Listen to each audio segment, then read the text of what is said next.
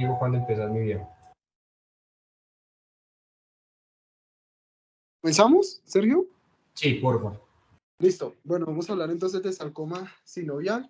Esos son pues, algunos de los artículos de referencia. Ahorita vamos a mencionar los demás. Son 3 artículos de revisión. El último que está aquí en el centro fue publicado en el 2021 por el Current Oncology, por el grupo de ortopedia oncológica de Italia. Este es nuestro contenido. Vamos a hablar de generalidades, presentación clínica, signos y imágenes, diagnóstico, patología molecular, el tratamiento, vamos a hacer énfasis en la radio y quimio, pues neoadyuvante y adyuvante, el pronóstico de estos pacientes y para llevar a casa. Entonces vamos a tomar como base el cuadro clínico de la paciente que nosotros pues ya conocemos. Ella ingresó por un cuadro de 8 meses de evolución, de una aparición en de masa a nivel de la rodilla derecha y pues fue un cuadro muy progresivo.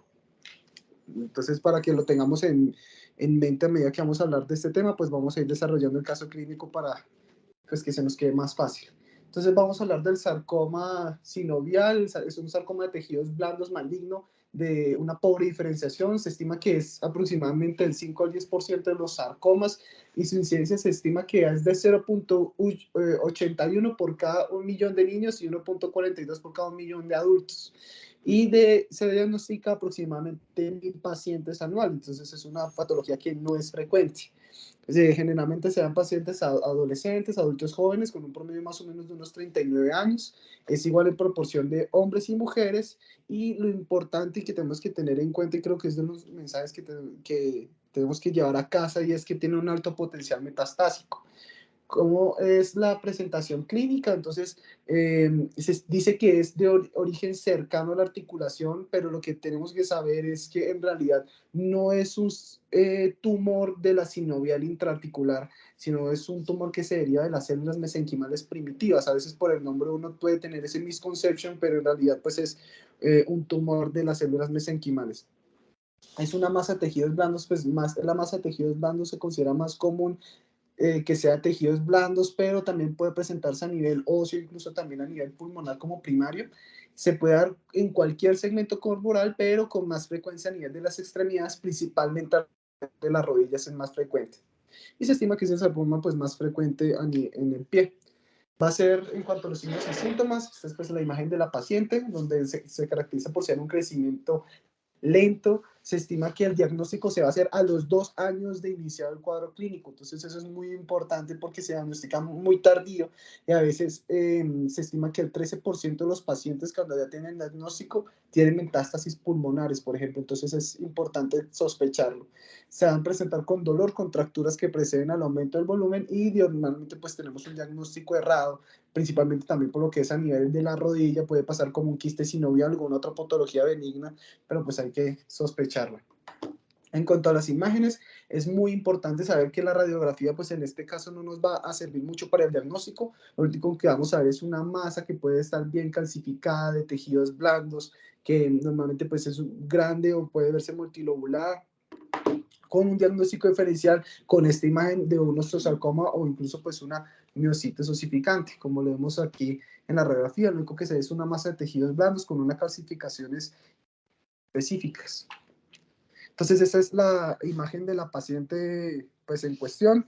Lo que vemos es una masa a nivel de los tejidos blandos, también con esas clasificaciones que le dije, con múltiples lóbulos, como lo vemos también acá, pues principalmente compromete, como ya les dije, pues, los tejidos blandos. Aquí lo mismo, pues no se veían lesiones óseas.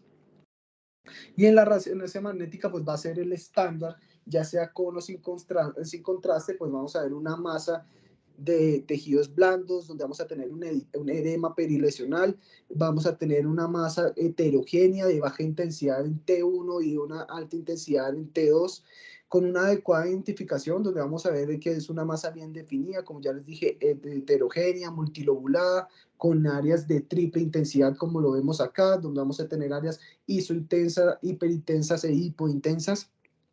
También, pues como lo vemos en la paciente pues la señora Yerbe, vamos a ver pues, que es muy característico, una masa multilobulada, también pues con sus variantes de intensidad, que es lo que más nos va a ayudar al diagnóstico. Lo que más nos va a ayudar al diagnóstico, según revisado, es estos tipos de intensidades diferentes que vamos a tener y que es una masa multilobulada que puede estar alrededor de la rodilla, como lo vemos acá, que también tiene pues presentes las tres intensidades. Es lo mismo. ¿Cómo vamos a hacer el diagnóstico? Por una biopsia, vamos a hacerlo pues bien por una biopsia incisional, pues que va a tener una mayor agudeza diagnóstica, pero mayor tasa de complicaciones, pues digamos que los artículos refieren que la biopsia guiada con aguja gruesa pues va a ser el método preferido, principalmente si es guiada por imagen y de la muestra profunda, nos va a ayudar al diagnóstico y tiene igual un valor predictivo muy similar a la biopsia incisional. En cuanto a los estadios, pues vamos a clasificarlos según el TNM de sarcomas, pues, dependiendo el tamaño de la lesión. Lo que quiero que tengamos en la cabeza es que si es mayor a 5 centímetros, eso ya es un factor de mal pronóstico. Entonces siempre hay que evaluar el tamaño de esos pacientes, principalmente en la resonancia magnética. Y lo que ya les había dicho, en el momento de diagnóstico pues, tienen el 13% metástasis pulmonar. Entonces es importante también en estos pacientes no solo tomar la imagen a nivel de la extremidad, sino también hacer la evaluación a nivel del tórax, o un TAC de tórax o una radiografía de tórax. Se decía anteriormente que este tipo de tumor tenía una predilección por los nódulos linfáticos, pero lo que se ha visto en las diferentes revisiones de la literatura es que tiene una predisposición por los nódulos linfáticos exactamente igual a los otros sarcomas. Entonces, a nivel macroscópico, usted también puede ser la muestra, vamos a ver una patología, es una masa que puede ser gris o bronce, lo reportan, multinodular, poliquística, normalmente los diámetros son de 3 a 10 centímetros y en los pies pues sí puede ser menor pues por su localización. A nivel histológico, lo importante es que vamos a ver un sarcoma monomórfico de células fusiformes con diferenciación epitelial variable. Entonces, esto también va a variar con áreas de calcificación y de osificación. A nivel inmunohistoquímico, vamos a ver que tiene una mayor expresión difusa BSL2 y el 60% se ha visto que tiene también positivo el CD99. Entonces, estas son las láminas histológicas. No sé si se están viendo las láminas. No veo. Sí, Sí, se ven. Ah, bueno, es que aquí se quedó trabajo, listo. Entonces, bueno, lo que vamos a ver entonces son unas células fusiformes, como lo vemos aquí arriba, también con áreas de calcificación, como lo vemos aquí en la lámina de abajo, y es importante identificar que tanto vamos a poder tener la posibilidad de tener células fusiformes y también tener células epiteliales, como lo vemos aquí en la parte de abajo. ¿Por qué va a ser eso importante? Porque nos va a ayudar a identificar las diferentes tres variantes que tenemos del sarcoma sinovial. Entonces tenemos un sarcoma monofásico donde vamos a tener una predilección de células fusiformes, el bifásico donde vamos a tener células epiteliales y fusiformes, el bifásico es el más frecuente. Estos dos van a tener también con su parte histología áreas pobremente diferenciadas, con un aumento celular, gran atipia nuclear y con un factor pues, de mal pronóstico si tienen más de 10 mitosis por un campo de 1.7 milímetros cuadrados. La tercera variante es el pobremente diferenciado, pues que es el de peor pronóstico. Entonces, estas son las imágenes histológicas de cómo diferenciar el monofásico, bifásico y pobremente diferenciado. El monofásico va a tener principalmente células fusiformes, el bifásico vamos a tener tanto células fusiformes como células epiteliales, como lo vemos acá, alrededor de la calcificación, y el pobremente diferenciado también va a tener una característica importante y es que vamos a ver aglomerados como si fueran tipo glándulas. Entonces esto nos va a identificar que es pobremente diferenciado. Esas son las láminas de la paciente Yerbe. Entonces lo que vemos es principalmente células fusiformes, pero también en unos conglomerados, como lo vemos aquí, células epiteliales. Entonces ella tuvo el diagnóstico de un sarcoma sinovial bifásico. Aquí pues tenemos las células, las zonas de calcificación, como lo habíamos mencionado, aquí un poco más de cerca, donde vemos también las células epiteliales y también pues las abundantes células fusiformes. En cuanto a la patología molecular, pues vamos a tener que la translocación más frecuente es la translocación del cromosoma X al 18, va a ser el 95% de los casos. Esto va a llevar a una expresión de diferentes oncogenes y unas proteínas oncogénicas que van a llevar a la sarcomagénesis. Vamos a tener también los subtipos S18, pues los más importantes son el SSX1 y el SSX2, son las mutaciones pues, que más frecuentemente se van a encontrar. También se está reportable CSX4, pero es pues, más infrecuente en comparación a estas dos. Se ha visto que lo que es X2 va a tener una morfología monofásica más y va a ser más común en mujeres. También se han visto casos aislados de translocación de X al 20 y también pues esta variante que es la 18L1 que va a alterar pues, la transcriptasa reversa que puede generar también pues, la misma sarcomogénesis, pero es más infrecuente. Importante que tenemos en la cabeza el SSX1 y el X2. Entonces esta es aquí la marcación que vemos del BSL2 en imágenes inmunohistoquímica. En cuanto al tratamiento, pues el gold standard va a ser, pues, obviamente, iniciar con el tratamiento quirúrgico, donde vamos a tener una excisión quirúrgica completa, principalmente de bordes negativos, y el objetivo va a ser, pues, que obviamente el paciente tenga una extremidad funcional. Uno se pregunta cuando revisando el tema y es cuánto margen o hasta qué momento uno debe resecar. Al hacer la revisión de la literatura no hay ningún artículo que diga tanto tiene que resecar. Ellos aconsejan que si es una gran masa, más de 5 centímetros, tiene que hacerse una resección por lo menos de 2 a 3 centímetros de la masa, siempre y cuando pues, se pueda respetar la integridad de los paquetes vasculares, pues, del componente neurológico. Entonces, si tenemos tumores superficiales o pequeños menos de 5 centímetros, pues hacer una decisión amplia de más o menos 1 o 2 centímetros. Y si tenemos un tumor que tiene un contacto íntimo con estructuras neurovasculares, con hueso de epineuroadventicia, pues este va a ser nuestro límite para hacer la decisión, pero pues como vemos en nuestro caso, también se tuvo que hacer una recesión de un bloque óseo, tal compromiso íntimo también pues que tenía con el periósteo. Entonces, lo más importante es que los márgenes microscópicamente positivos que tienen una estructura fija no pueden aumentar el riesgo de recurrencia local, si bien se asuma la neoadyuvancia, pero sí hay que tenerlo en cuenta en el planeamiento, pues en el planeamiento para saber verdaderamente cuánto vamos a resecar. Entonces, ese es el caso clínico de la paciente Yerbe, donde se hizo una resección ampliada, también teniendo en cuenta que se tuvo que resecar por su continuidad o su contacto con el periósteo, parte también de la tibia y del cóndilo femoral. En cuanto a la recurrencia, si se va a hacer el tratamiento quirúrgico, pues vamos a hacer una incisión que tiene que ser bien planeada, como ya les dije, por lo menos si es de más de 5 centímetros, 2 a 3 márgenes, 2 a 3 centímetros de margen. Ellos dicen que una incisión no planeada es como que el peor factor de riesgo para que esta tenga una recurrencia de más del 50%. Entonces, la decisión del lecho tumoral, ¿cuándo la vamos a hacer? Cuando tenemos una lesión residual con el objetivo de resecar por completo el tumor. Hay que hacer una resección intensa en caso de recurrencia, lo cual nos va a llevar posiblemente a pensar en una cirugía reconstructiva mucho más ampliada como prótesis, como en nuestro caso. La radioterapia adyuvante ha mostrado una pobre evidencia en diferentes revisiones, la vamos a mostrar más adelante, pero debe utilizarse. Y la amputación, cuando va a estar indicada en pacientes pues, que tengan una localización que requiere una incisión de las estructuras vitales con un pobre resultado funcional, estaría indicada en este caso exclusivamente la amputación. En cuanto a la radioterapia, neoadyuvante o adyuvante, principalmente se va a indicar y ha mostrado más evidencia en tumores que sean de más de 5 centímetros. Entonces, varias series de casos han mostrado que, pues, que tienen un mejor control local y puede llegar a aumentar la supervivencia. ¿Cuáles son las ventajas y las desventajas si nos hacemos preoperatorio? Pues las complicaciones de la herida quirúrgica y el posoperatorio, la desventaja es la fibrosis y la rigidez articular, pero se ha visto que estos pacientes pueden llegar pues con una rehabilitación adecuada en el primer año, tener una función adecuada. Entonces, la tipo de radioterapia que más ha mostrado evidencia es la radiación de intensidad modulada con esta dosis de 1.8 a 2 Grays por día y pues con unos márgenes que tienen que involucrar 2 a 3 centímetros también de la lesión. Entonces, esto va a reducir el volumen de la radiación, nos va a permitir hacer un adecuado control del contorno del tumor y este tipo de radiación, como les dije, pues es el que mejor evidencia tiene tanto pre como posoperatoria. Su OCU en el metaanálisis mostró 219 pacientes que ellos pues mostraron que esos pacientes de 100 recibieron una pobre radioterapia y tenían esos 100 un peor pronóstico y una mayor tasa de recurrencia. Entonces, por eso pues, se recomienda la radioterapia en este tipo de pacientes.